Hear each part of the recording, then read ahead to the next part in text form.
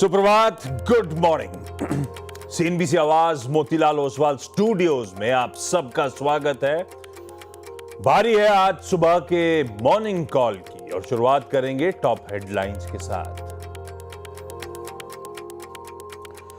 भारतीय बाजारों के लिए आज अच्छे संकेत। गिफ्ट निफ्टी में हल्की बढ़त, एशियाई बाजार और डॉव फ्यूचर्स भी ऊपर। अनुमान से कम रिटेल महंगाई से अमेरिकी बाजार में दिखी बढ़त। नैस्डैक करीब 1.25% उछला। इकोनॉमी के मोर्चे पर मिली दोहरी राहत। घरेलू रिटेल महंगाई 7 महीने के निचले स्तर पर। फरवरी में सीपीआई 4.31% से घटकर 3.61% पर पहुंची। तो उधर मैन्युफैक्चरिंग बढ़ने से जनवरी में आईआईपी ने पकड़ी रफ्तार। 3.2% से बढ़कर 5% हुई ग्रोथ की दर। भारत को लेकर बुलिश ब्लैकस्टोन। भारत में निवेश दोगुना करके $100 अरब तक पहुंचाएंगे। ब्लैकस्टोन के चेयरमैन ने मनी कंट्रोल के साथ सुपर एक्सक्लूसिव में कहा, पीएम मोदी और ट्रंप के अच्छे रिश्ते से जल्द सुलझेगा टैरिफ का मुद्दा। भारत को बताया सबसे ज्यादा रिटर्न देने वाला देश। संपत्ति मोनेटाइज करके बीएसएनएल और एमटीएनएल को मिले करीब 13,000 करोड़ रुपए। आने वाले दिनों में एसेट मोनेटाइजेशन की बढ़ेगी रफ्तार। सरकार ने तैयार किया पूरा रोड मैप। बीईएल पर आज रहेगा फोकस। कंपनी को इंडियन एयरफोर्स से रडार सप्लाई के लिए 2,465 करोड़ रुपए का ऑर्डर मिला। FY25 में अब तक भारत इलेक्ट्रॉनिक्स को 17,000 करोड़ रुपए से ज्यादा के ऑर्डर मिले। वहीं बीएमएल ने सीमेंस और इटली की ड्रैगफ्लो एसआरएल के साथ किया करार।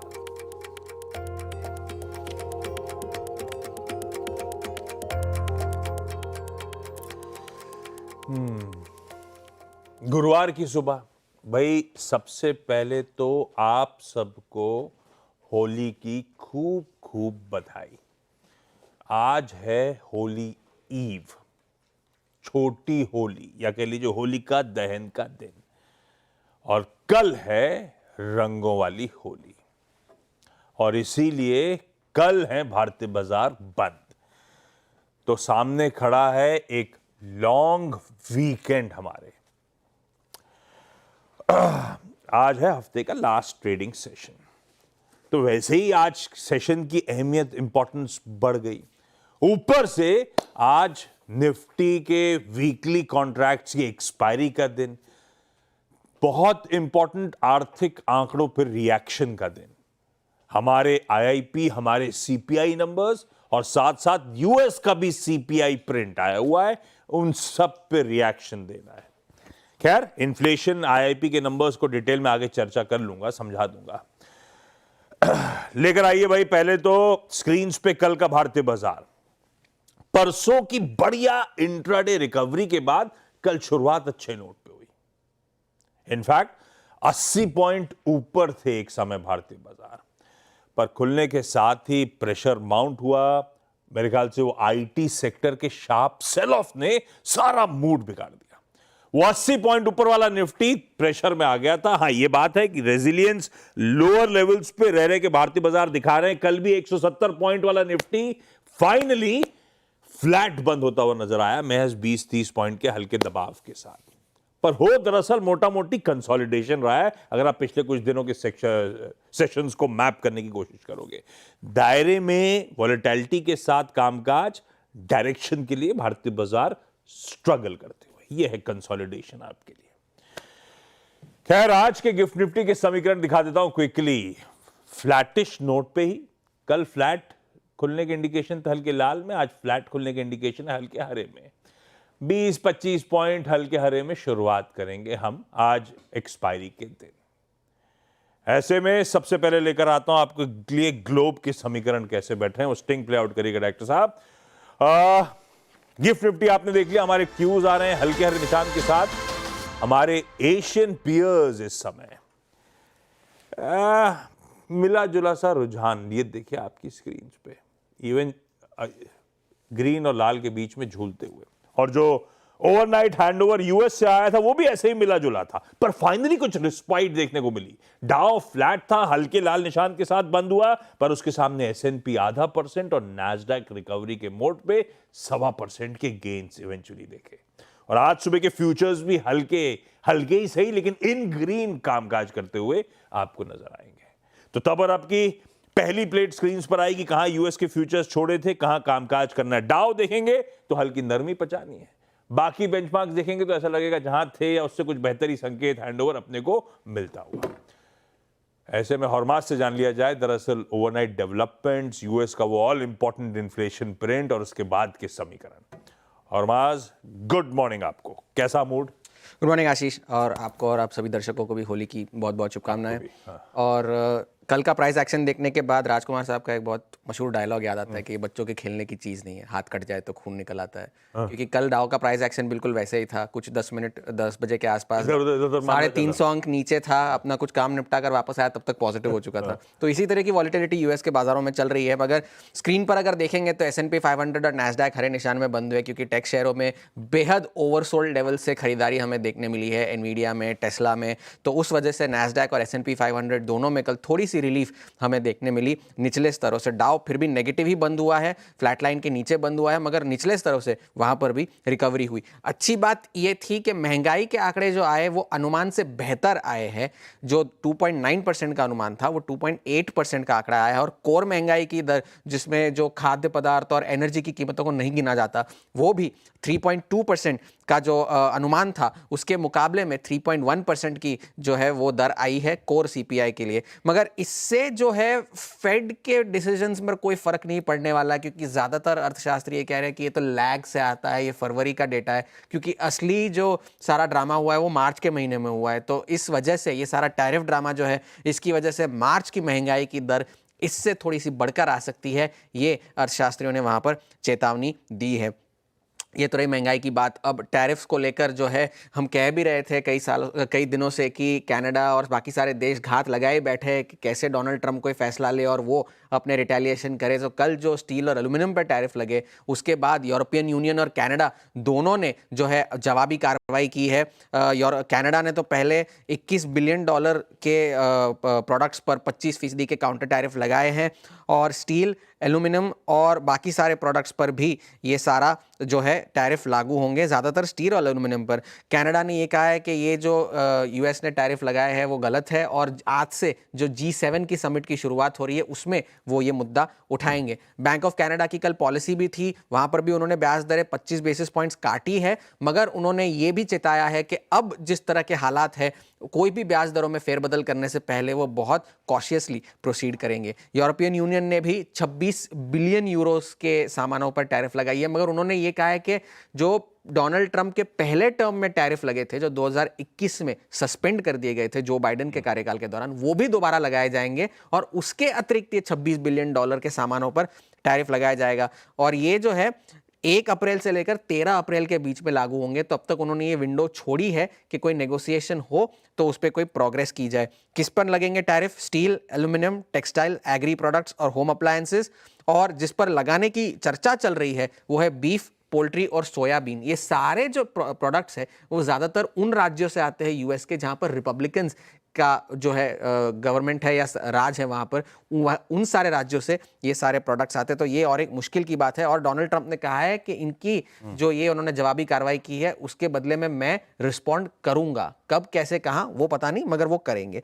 मेक्सिको ने सिर्फ एक ऐसा देश है जिस पर कोई जवाबी कार्रवाई नहीं की है। उन्होंने कहा है कि हम इंतजार करेंगे रेगुलेटरी जो लगते हैं या नहीं उस पर, और फिर आगे देखा जाएगा। ईरान ने भी कहा है कि डोनाल्ड ट्रंप ये जो नेगोशिएशन की बातें कर रहे हैं वो एक ट्रैप है, वो कोई हम नेगोशिएशन करने वाले हैं नहीं, हम कोई परमाणु बम वगैरह बनाने की कोई इच्छा नहीं रखते, मगर अगर हम पर कोई हमला हुआ तो हम जवाबी कार्रवाई करेंगे। आज यूरोजोन के इंडस्ट्रियल प्रोडक्शन के डेटा आने हैं, यूएस में पीपीआई और इनिशियल जॉबलेस क्लेम्स आने हैं, तो वहां पर नजर रखनी है। तो हैंडओवर स्क्रीन पर देखे तो ठीक ठाक ही है, मगर कोई ज्यादा रीड थ्रू करने की जरूरत नहीं है। हो सकता है काफी दिन से पिट रहे थे तो आज थोड़ा सा रिस्पाइट, लेकिन हाँ, यूएस में as expected inflation cool off हुआ, और अपने अभी दोनों जो आर्थिक आंकड़े आए थे, प्रोड्यूसर साहब ने हेडलाइन में ब्यूटीफुली एक्सप्लेन कर दिया है, कंफर्टिंग है। आईआईपी, हालांकि बाजार उसको बहुत ज्यादा तवज्जो नहीं देता क्योंकि बड़ा डेटेड आंकड़ा होता है, जनवरी का आईआईपी आया है, लेकिन बढ़िया है, जैसे एक्सपेक्ट किया था 3.4% से बढ़ के 3.5% से बढ़ के 5% के आसपास। 3.4% स्ट्रीट एस्टिमेट्स थे, और इसमें पूरा वो मैन्युफैक्चरिंग का पीएमआई जो अच्छा टूल दे रहा है उसका फायदा मिलता हुआ। दूसरा इंटरेस्टिंग, आप आइए फरवरी इन्फ्लेशन के नंबर्स पे, बहुत बढ़िया नंबर है। 3.61% पे फरवरी का इन्फ्लेशन का आंकड़ा आता हुआ, जनवरी के 4.31% के सामने, और एस्टिमेट्स थे 3.85 के एस्टिमेट से इन्फ्लेशन कम देखने को मिलेगा। और इस बार ये जो आंकड़े आए, आरबीआई के 4% के टारगेट से नीचे आ गया है। इंपॉर्टेंट फूड इन्फ्लेशन आगे दिखाऊंगा, खाद्य पदार्थों की महंगाई रिड्यूस हुई, उसका खासतौर पर फायदा मिला, और कुछ हद तक बेस भी इंपॉर्टेंट था। पर ये इन्फ्लेशन के आंकड़े दरअसल 7 मंथ के लोस पे आके खड़े हो गए। पिछले 7 मंथ के इन्फ्लेशन के नंबर्स आपकी स्क्रीन पर आएंगे। जुलाई में 3.60 था, उसके बाद 3.61 का यह आंकड़ा है। उसके बीच जितने भी बार्स होंगे, इन्फ्लेशन लगातार ठंडा पड़ता हुआ आपको नजर आया, 7 महीने के लोस पे पहुंचता हुआ नजर आया है। फूड इन्फ्लेशन कूल ऑफ हुआ, वेजिटेबल इन्फ्लेशन कूल ऑफ हुआ, पल्सेस का इन्फ्लेशन कूल ऑफ हुआ, उससे फायदा मिला। और कोर इन्फ्लेशन, लेकिन एक चीज ध्यान रखिएगा, वो पिकअप हुआ। इस प्लेट पे आऊंगा, रखे रहने दीजिए, आप जल्दी जंप कर गए। 3.7% था कोर इन्फ्लेशन, जो बढ़ के 4% हो गया। एक वो दिक्कत है। तो इन्फ्लेशन का प्रिंट अपने आप में कूल ऑफ हुआ, बहुत कंफर्टिंग हुआ, आरबीआई के स्तरों से नीचे आता हुआ नजर आया, लेकिन कोर इंच अप कर गया, क्योंकि पर्सनल केयर, हेल्थ, हाउसिंग, इन सब में उछाल था। तो सब्जियां, दाल, खाना पीना तो सस्ता हुआ, ये सब महंगा हो गया। ऐसे में कंफ्यूजन था मेरे जहन में, ये स्ट्रीट लेगा कैसे, रीड थ्रू क्या है इस इन्फ्लेशन के नंबर्स का। तो मैंने कुछ रिपोर्ट्स टटोली थी इन्फ्लेशन के नंबर्स आने के बाद। इंटरेस्टिंग है, सबको अच्छा लग रहा है, इन्फ्लेशन का प्रिंट बहुत अच्छा लग रहा है। क्रिसिल कह रहा है FY26 में और 50 से 75 बेसिस पॉइंट्स दरों में कटौती एक्सपेक्ट करिए। केयर कह रहा है अप्रैल के एमपीसी में 25 बेसिस पॉइंट की कटौती संभव। एसबीआई कह रहा है 2 सक्सेसिव रेट कट्स अप्रैल और जून में एक्सपेक्ट करिए। और अब हमारा बेस केस है कुल मिलाकर इस साइकिल में 100 बेसिस पॉइंट्स दरों में कटौती होती हुई नजर आएगी। इन ऑल लाइकलीहुड इस इन्फ्लेशन के प्रिंट के बाद, हाँ ये डिपेंड करता है ट्रम्प साहब इस बीच क्या करें ना करें, लेकिन लग रहा है अप्रैल में 25 बेसिस पॉइंट्स के कट की तैयारी। अच्छा इन्फ्लेशन का प्रिंट है, ग्लोब से संकेत मिले जुले हैं। ऐसे में अपना आज का गेम प्लान समझ लेते हैं वीरू से, कैसे निफ्टी बैंक को अप्रोच करना है। Viru, good morning. रणनीति क्या होगी हमारी आज की? Good morning Ashish. देखिए, ये बाजार निफ्टी फिलहाल as of now considering Nifty IT के पेन को, निफ्टी बैंक के साइडवेज मूव के बीच में, और कुछ इक्का दुक्का सेक्टर्स के सपोर्ट के बीच में, फॉर इंस्टेंस मेटल, मोर और लेस ये हफ्ता जो है वो ऑप्शन राइटर्स को स्पेस दे रहा है। आशीष, जब ये वीकली कॉन्ट्रैक्ट कमेंस हुआ था तो 2 चीजें थी, 22,600 पे 800 पे कॉल राइटिंग थी, 22,300 पे 400 पे पुट राइटिंग थी। तो मोर और लेस ये अभी सिर्फ ऑप्शन राइटर्स को स्पेस दे रहा है। कल की मेरी अप्रोच क्या थी Ashish? By a dip towards I think 22,350, 363, 300, 400, और ऊपर 571 नहीं कटेगा अभी, और 571, 574 ही हाई था RS1। तो क्या है कि आप अभी ऑप्शन राइटर्स को स्पेस दे रहे हो। ये सीरीज एज ऑफ नाउ उनको बिलोंग करती है जिसकी एक्सपायरी आज है। अब स्टैट्स पे आते हैं। 1,600 करोड़ रुपए की एफआईएस की selling, yes definitely quantum of selling FIS का जो है वो पिछले, अगर आप 2 महीने के एवरेज से देखें तो वो काफी नीचे है, सिग्निफिकेंटली लो है। डीआईएस 1510 करोड़ रुपए की बाइंग, बट नेट कैश बाजार में नहीं था। एफआईएस ने हालांकि कल इंडेक्स शॉर्ट किया बहुत दिनों बाद, और करीब 823 करोड़ रुपए का इंडेक्स शॉर्ट किया। लॉन्ग काटे, बहुत बड़ी लॉन्ग कटे नहीं, मात्र 684 कॉन्ट्रैक्ट और 3800 कॉन्ट्रैक्ट शॉर्ट किए। स्टॉक फ्यूचर्स करीब 600 करोड़ का बेचा, यहाँ पे 12,000 कॉन्ट्रैक्ट लॉन्ग और शॉर्ट लगभग 2,200 कॉन्ट्रैक्ट। नेट शॉर्ट का डायग्राम जो है वो आपकी स्क्रीन पे आएगा, एंड इट्स मोर और less stable in that range. But हाँ, कल शॉर्ट किया था इन्होंने इंडेक्स। ऑप्शन राइटर्स क्या कहते हैं? जब आप देखेंगे ऑप्शन राइटर्स को आशीष, तो पूरी की पूरी इस ट्रैजेक्टरी को 22,600, 700, 800 कॉल राइटर्स डोमिनेट कर रहे हैं, और इस लोअर ट्रैजेक्टरी को 22,400, 22,300, 22,200 को पुट राइटर्स डोमिनेट कर रहे हैं। आप स्क्रीन पे देखिए, मैक्सिमम आउटस्टैंडिंग वाई 22,500, 600 पे लगभग 1,92,00,000, and same is the case with 22,300, 94 lakh का 22,400 पे करीब 74 लाख का, यानी करीब अगर आप देखें 1,64,00,000 पुट यहाँ पे खड़ी हुई है। पिरामिड से मेरे ख्याल से ये चीजें आपको और क्लियर नजर आएंगी कि एज अ इंडेक्स ट्रेडर आपके पास मैन्यूवरिंग करने के लिए, आपके पास इधर-उधर जाने के लिए बहुत स्कोप नहीं है। एक क्लियर टेक्सचर है, इस रेंज के लोअर एज को आएगी। ये देखिए आपका आप स्क्रीन पे ऑप्शन पिरामिड्स लेवल्स लेके आइए स्क्रीन पे अब। मैं अगर इस रेंज में बेट करना है as a directional trader, as a swing trader, it's better to chase any dip towards base one. याद रखिएगा, दैट्स 22377323। इसके आसपास के डिप को कंसिडर कीजिएगा, वो आपको बेटर रिस्क रिवॉर्ड रेशियो देगा।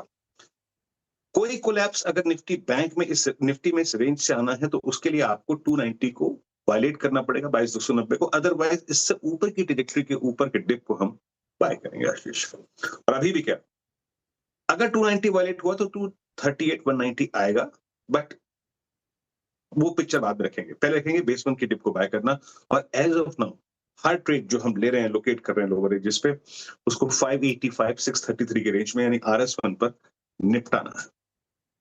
आपकी हर अपसाइड को जो है ना निफ्टी आईटी रेस्ट्रिक्ट कर रहा है। आशीष कल 2.5% निफ्टी आईटी का ओआई बिल्डअप हुआ है सारे स्टॉक फ्यूचर्स का, तो शॉर्टिंग काफी हुई है। तो RS1 पर निपटाना है। बड़े ब्रेक थ्रू के लिए, बड़े ब्रेकआउट के लिए निफ्टी को 22,633 के जोन को पार करना पड़ेगा। जब तक ये नहीं कटेगा तब तक स्कोप एक वर्टिकल राइज का, एक शॉर्ट कवरिंग का स्ट्रेंथ का बहुत कम लगता है। So about 633, possibility of 682, 730, 749 will arise, but आपको 633 को बाय सेट करना पड़ेगा। निफ्टी बैंक कल 3 बैंक्स में, इंडसइंड बैंक, HDFC बैंक और आपका एक कोटक महिंद्रा बैंक, इन 3 स्टॉक फ्यूचर्स में शॉर्ट कवरिंग थी। बाकी में अगर आप देखो थोड़ा बहुत शॉर्ट बिल्डअप था, बट इसके बावजूद जो मैंने कहा था कि 48,200 को आपको काटना होगा, तभी किसी बड़े अपसाइड की पोटेंशियल बनेंगे, लेकिन 48,200 नहीं कटा आशीष। फिर कह रहा हूं, यहाँ पे अभी निफ्टी बैंक एक जद्दोजहद में है अपने 47,800 के जोन को सिक्योर करने में। अभी तक तो सक्सीड हो रहा है। आप कल एक चीज और देखिए आशीष, 49,000 पे अभी भी पुट राइटर्स खड़े हुए हैं। इसका मतलब ये है, उनका बिलीव ये है कि शायद निफ्टी बैंक 47,800 की ट्रैजेक्टरी को ना तोड़े और हम यहां से पुल बैक ही दें। ये पुट राइटर वो कहता है। तो मेरी अप्रोच क्या रहेगी, देखिए लिखा ये base one till the time 47,818,709 है स्क्रीन पे। एज ए रिस्की ट्रेडर आप बाय ऑन डिप्स कर सकते हैं। हाँ, अगर बेस वन टूटा, अ स्लिप टुवर्ड्स 585 से 388 looks possible, but base one के ऊपर बाय ऑन डिप्स। थ्रेशहोल्ड क्या है निफ्टी बैंक के लिए, वो है पहला रेजिस्टेंस 48,176 210। ओके, अगर ये बाइसेक्ट हुआ तो निफ्टी बैंक एक अटेम्प्ट लेगा 347 का रेजिस्टेंस डिमा, और इसके ऊपर टिक गया तो 666 और 721 भी आएगा। बट मेजर ब्रेक थ्रू तभी आएगा जब आप 48,176 210 के ऊपर सस्टेन करेंगे। ये है निफ्टी बैंक की आज की रणनीति। सतपुते साहब जुड़ते हुए आज की चकाचक चार्ट के लिए 2 बेहतरीन ट्रेडिंग है। अरे वाह, पूरे होली के फरवर में नजर आ रहे हैं। सतपुते साहब गुड मॉर्निंग, 2 बढ़िया से trade ideas. Very good morning Ashish ji and good morning everyone, और सभी को हैप्पी होली। आशीष जी देखिए 2 पिक्स रहेंगे तो डेफिनेटली जो सेक्टर्स में वॉच कर रहा हूँ वहां पे है ऑटोज, पावर, प्राइवेट बैंकिंग, तो इसी में से मैं चुनूंगा। तो देखिए कल हमने एक टाटा मोटर्स में एक अच्छा खासा ब्रेकआउट देखा, we call it as a price and volume breakout, और जो प्राइस पैटर्न हमने देखा था that is a falling channel breakout. At the same time अगर आप देखें तो कल इसमें पहली बार हमने देखा कि टाटा मोटर्स में लॉन्ग बिल्टअप थे, करीबन 4% ओपन इंटरेस्ट में जम था, और जो क्लोज मिला था दैट इज 10 एंड 20 डीएमए के अबव। तो बहुत सारी चीजें हैं, टेक्निकल फैक्टर्स है जो ये इंडिकेट कर रही है कि टाटा मोटर्स यहाँ से चलने को तैयार है। तो टाटा मोटर बाय करेंगे, टारगेट जो इनिशियल टारगेट होगा प्रोबेबली आज का स्विंग का पहला पड़ा होगा 700 का, अगर वो चला जाए तो फिर 740 तक का मोमेंटम भी आ सकता है। सो टाटा मोटर बाय करेंगे, 655 का स्टॉप लॉस रहेगा। सेकंड बाय कॉल रहेगा सीईएससी पे। देखिए सीईएससी पावर स्टॉक बहुत बढ़िया लग रहा है पावर स्टॉक, और उसमें कंसोलिडेशन हो रहा है, ये बहुत बेहतरीन एक अच्छी बात है। ये जो कंसोलिडेशन है ये हमें एक बाइंग अपॉर्चुनिटी दे रहा है। तो सीईएससी में जो प्राइस पैटर्न है that's inverted head and shoulder price formation, और जो inverted head and shoulder price formation की नेकलाइन है वो करीबन 136 के आसपास है। तो हम स्टॉप लॉस रखेंगे इसका 135 का। तो जो भी डिप पहले इसमें बाय करे 135 के स्टॉप लॉस के साथ सीएससी बाय करे। जो टारगेट दिखता है आशीष जी वो रहेगा करीबन 155 टू 160 का। एक चीज मैं सिर्फ ऐड करूंगा, स्टॉप लॉस को थोड़ा चेंज करें, मुझे लगता है मैंने यहाँ पे गलत मेंशन किया, कीप स्टॉप लॉस एट 132 के स्टॉप लॉस के साथ हाँ, सीएससी बाय करें, 155-160 का इसका टारगेट है पोजिशनली। सतपाल साहब, आप मुनाफे की तैयारी के पैनल में नजर आएंगे आपको। धन्यवाद सुबह सुबह बढ़िया से दो टाटा मोटर्स और सीएससी पे बाय आइडियाज देने के लिए। अब आज के इंपॉर्टेंट स्टॉक्स से न्यूज जरा स्टिंग प्ले आउट करिएगा। और आज तो इस कड़ी में असीम भी जुड़ते हुए, दरअसल लगातार वो अपडेट स्क्रीन पे चल रहे हैं। एमटीएनएल ने संपत्ति बेचकर करीब 2500 करोड़ रुपए कमा लिए और आने वाले दिनों में सरकार ने एमटीएनएल के एसेट मोनेटाइजेशन की रफ्तार बढ़ाने के लिए पूरा रोड मैप तैयार कर लिया है। असीम, क्या अपडेट्स है हमारे पास? सरकार ने बीएसएनएल और एमटीएनएल की प्रॉपर्टी मोनेटाइज करने की शुरुआत 2019 में की थी। अब तक दोनों कंपनियों की प्रॉपर्टी को मोनेटाइज करके सरकार को 13,000 करोड़ रुपए की आय हुई है। सबसे पहले मैं बात करता हूं एमटीएनएल की।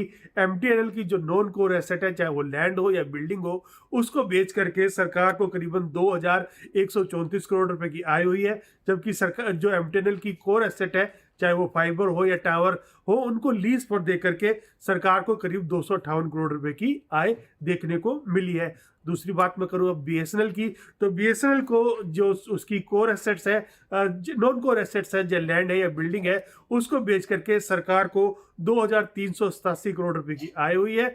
जबकि जो बीएसएनएल की कोर एसेट है, चाहे वो फाइबर हो या चाहे उसके बीएसएनएल के टावर हो, उसको बेचकर उसको लीज पर दे करके सरकार को करीब 8,200 करोड़ रुपए की आय देखने को मिली है।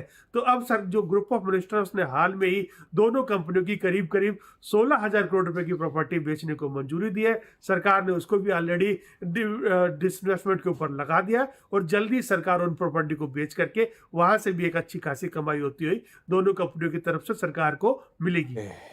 एमटीएनएल आज रखिए वापस रडार पे। Interesting development, walk the talk करती हुई सरकार, ऐसा कह लीजिए।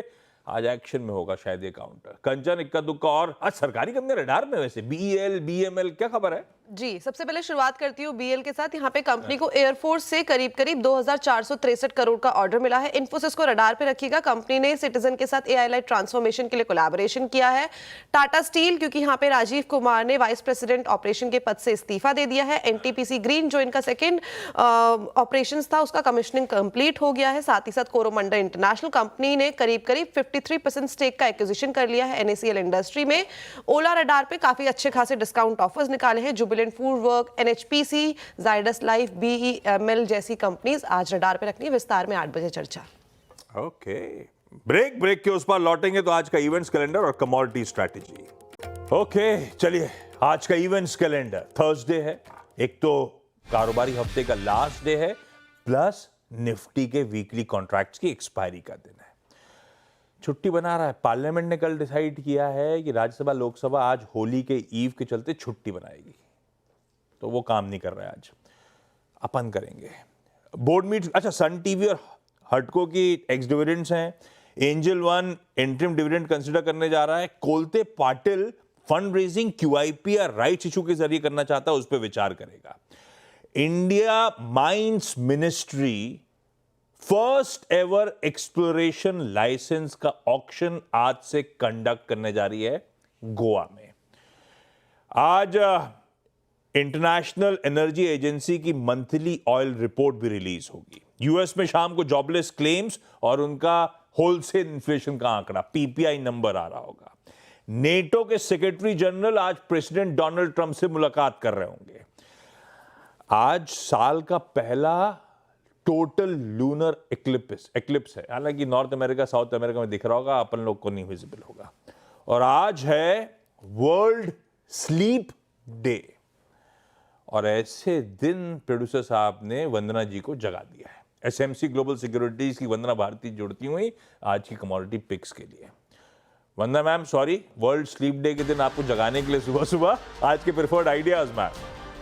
जी, गुड मॉर्निंग आशीष, और आपको और सभी दर्शकों को होली की शुभकामनाएं। आपको भी। और ऐसे में चांदी चमक रही है। यहाँ पे चांदी की बारी है अभी, अब लाख रुपए जाने की तैयारी है, तो यहीं पे बाइंग रहेगी। 99,000 के करीब एक बाइंग रिकमेंडेशन रहेगी।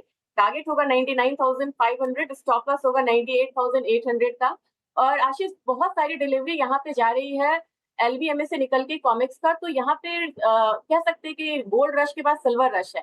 तो 1,05,000 तक short term to mid term यहाँ पे चांदी आती हुई दिख रही है। ओह, गोल्ड रश के बाद अब मतलब आप बेसिकली कह रहे हो अब सिल्वर यहां से बहुत अच्छा आउट परफॉर्मेंस दिखाएगा वीज़ावी गोल्ड, ऐसा मानो? जी, गोल्ड सिल्वर रेशियो जो 1:92 था वो 1:88 के करीब है। ये 1:86.5 तक जा सकता है, यानी कि अब सिल्वर की बारी है। गोल्ड भी यहाँ पे चलेगा, लेकिन सिल्वर ज्यादा तेजी की चाल रहेगी इसमें। बढ़िया है भाई साहब, बढ़िया सी ट्रेड आइडिया आ चुका है। चांदी में खरीदारी करने का मन 98,800 के एसएल के साथ। Vandana ma'am, thank you so much जुड़ने के लिए। सुबह सुबह गिफ्ट निफ्टी के संकेतों के साथ छोड़े जा रहा हूं आप सबको। 30-40 पॉइंट हरे निशान के साथ आज थर्सडे के सेशन की शुरुआत होगी। इस नोट पर मॉर्निंग कॉल में एक छोटे से ब्रेक का वक्त है। ब्रेक के सब लौट के आएंगे, तब प्रेजेंट करेंगे आज का सीधा सौदा। नमस्कार।